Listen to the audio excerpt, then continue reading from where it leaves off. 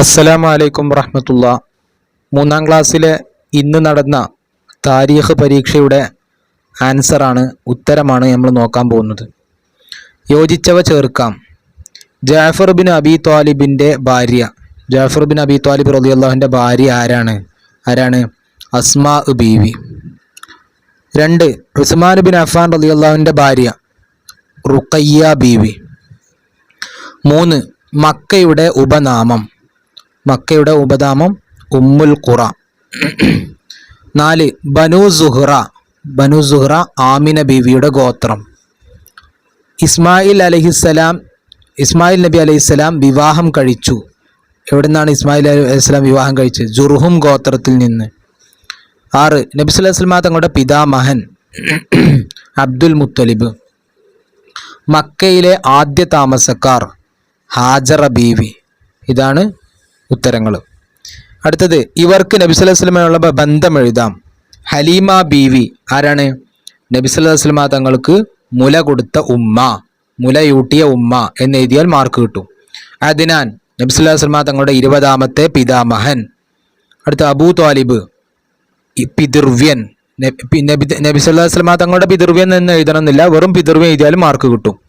അടുത്ത് ഖദീജ ബീവി നബി സല്ലല്ലാഹു അലൈഹി വസല്ലമ തങ്ങളുടെ ഭാര്യ. ചില കുട്ടികൾ ആദ്യ ഭാര്യ എന്ന് എഴുതണമെന്ന് ചോദിച്ചിരുന്നു. അങ്ങനെ എഴുതണമെന്നില്ല, ഭാര്യ എന്ന് എഴുതിയാൽ തന്നെ എന്ത് കിട്ടും? മാർക്ക് കിട്ടും. അല്ലെങ്കിൽ പത്നി എന്ന് എഴുതിയാലും മാർക്ക് കിട്ടും. പിന്നെ അബവ എന്ന സ്ഥലത്ത് എത്തിയപ്പോൾ ആമിന ബീവിക്ക് രോഗം ബാധിച്ചു. അതാണ് ഉത്തരം. ചില കുട്ടികൾ വഫാത്തായി എന്ന് എഴുതിയാൽ ശരിയാവൂല. കാരണം ഇവിടെ ബീവിക്ക് എന്നുണ്ടായത് കൊണ്ട് ബീവിക്ക് വഫാത്തായി എന്ന് പറ്റൂലല്ലോ. അപ്പോൾ ഇവിടെ എന്താണ്? ബീവിക്ക് രോഗം ബാധിച്ചു. ഇതാണ് ശരിയായ ആൻസർ. അടുത്ത്, ഈ കുട്ടി തൗറാത്തിൽ പറയപ്പെട്ട അവസാനത്തെ നബിയാണ്. അടുത്തത്, 42 വർഷക്കാലം നബി സല്ലല്ലാഹു അലൈഹി വസല്ലമ തങ്ങൾ അബൂ താലിബിന്റെ, നമ്മൾ പറഞ്ഞിരുന്നു ഈ ചോദ്യം വരാൻ സാധ്യതയുണ്ട്, സംരക്ഷണത്തിലായിരുന്നു അല്ലെ. സംരക്ഷണത്തിൽ, എഴുതുന്ന സ്പെല്ലിംഗ് തെറ്റിക്കരുതെന്നൊക്കെ ഞാൻ പറഞ്ഞിരുന്നു. അടുത്തത്, സിറിയാക്ക് ഷാം എന്നും ഡാഷ് എന്താ പേരുണ്ട്. അടുത്തത്, ഖദീജ ബീവി റളിയല്ലാഹു അൻഹയുടെ വിശുദ്ധി കാരണം ത്വാഹിറ എന്ന പേരിൽ അവർ അറിയപ്പെട്ടു. ഇതാണ് അതിന്റെ കറക്റ്റ് ആൻസർ. പേരിൽ അവർ അറിയപ്പെട്ടു. അടുത്ത ഉത്തരം എഴുതാം.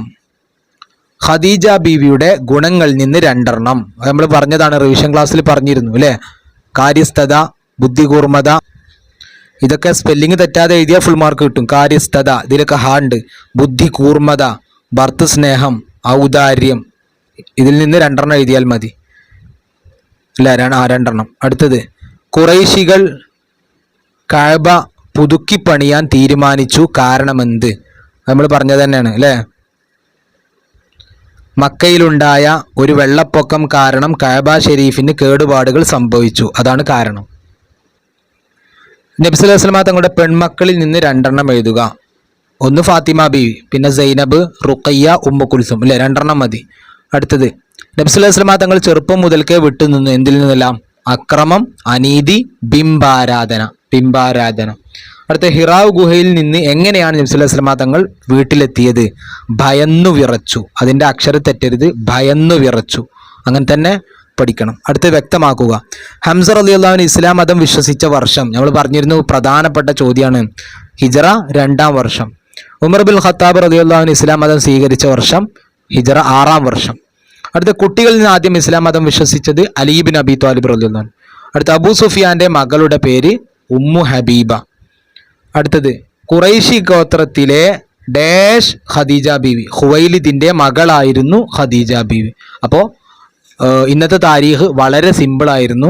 എല്ലാവർക്കും എങ്ങനെയായിരുന്നു എന്ന് കമന്റിലൂടെ അറിയിക്കുക. അസ്സലാമു അലൈക്കും.